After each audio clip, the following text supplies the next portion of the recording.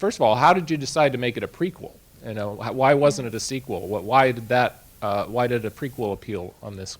I think we got together about 5 years ago, just thinking about the characters and thinking maybe there's something there. We loved those characters, and we thought if we did anything, we wanted to do something that got involved a little bit more in the relationship of Mike and Sully. Right.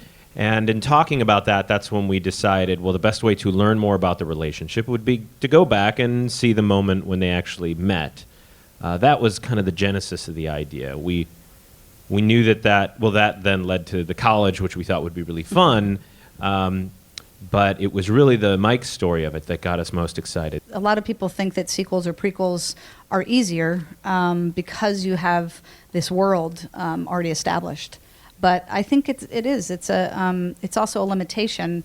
So you get some things for free, I guess. What we got was kind of the overall look of the world. And the kind of overarching production design, the palette, I think is. But even that we changed. Even ours is slightly brighter, I think, and a little more vibrant than the first film. You know, we see it as all of our movies. It's not a competitive thing or anything like that. Right. And Pete Docter, who was the original director, was very involved in this movie the entire time.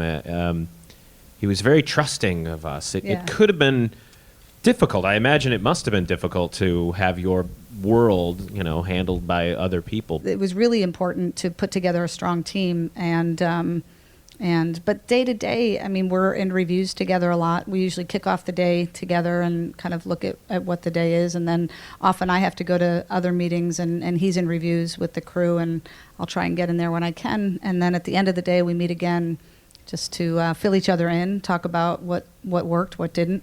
Gossip. Animation is already tough. You have to be really broad for it to read. So I think that John and Billy had to be even broader. I mean, it was really on their shoulders a lot to just have even more energy. The sessions, I think, as a result, were exhausting because we didn't do anything to their voices. It helps that they're monsters, too. Yeah, exactly. Who knows what a young monster sounds like? They're still gruff. Maybe their voices sound younger as they get older. Yeah. Who knows? As much as we could, we tried to record them together, which is rare in animation. It doesn't always work, but they have great chemistry. They get along with each other. They like each other. They make each other laugh.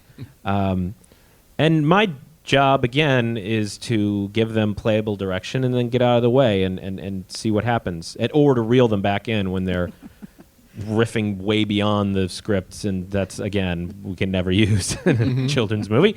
But, it was great to watch those guys go and really kind of learn from them.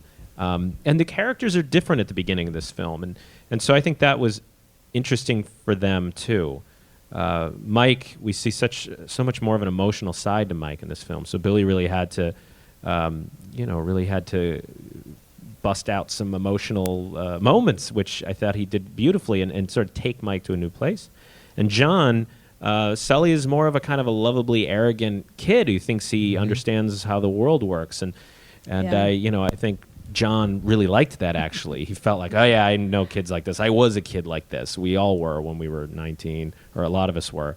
For sure, in the first film, Sully's fur, the simulation of his fur, was incredibly difficult. We did a couple of years of R&D just to make that happen in the first film. Fast forward, 10 years while we're in production on this film, and we have that down pretty well. We've simulated a lot of things since then.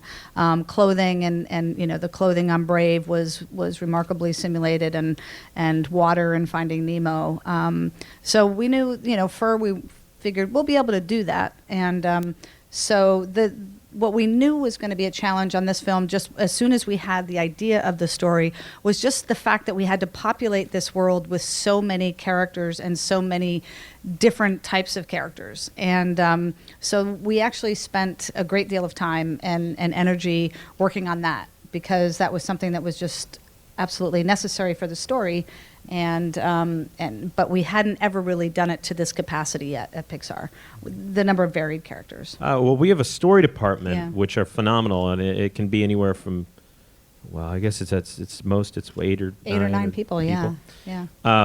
And along with myself and the writers, and we're we're constantly developing the story, not just in the script form, but the story artists are, essentially writers as well, and they're pitching ideas all the time, and not just gags. I mean, they're Yeah, pitching no. major story points. Thematic ideas. Yeah, and characters can kind of grow out of that. It's a real collaborative effort amongst that team. Right. But it was really is so important, I think, to be able to tell each other kind of when things are working and be honest about it, and when they're not, and to have that kind of relationship. So this one worked out well. It's kind of a blind date that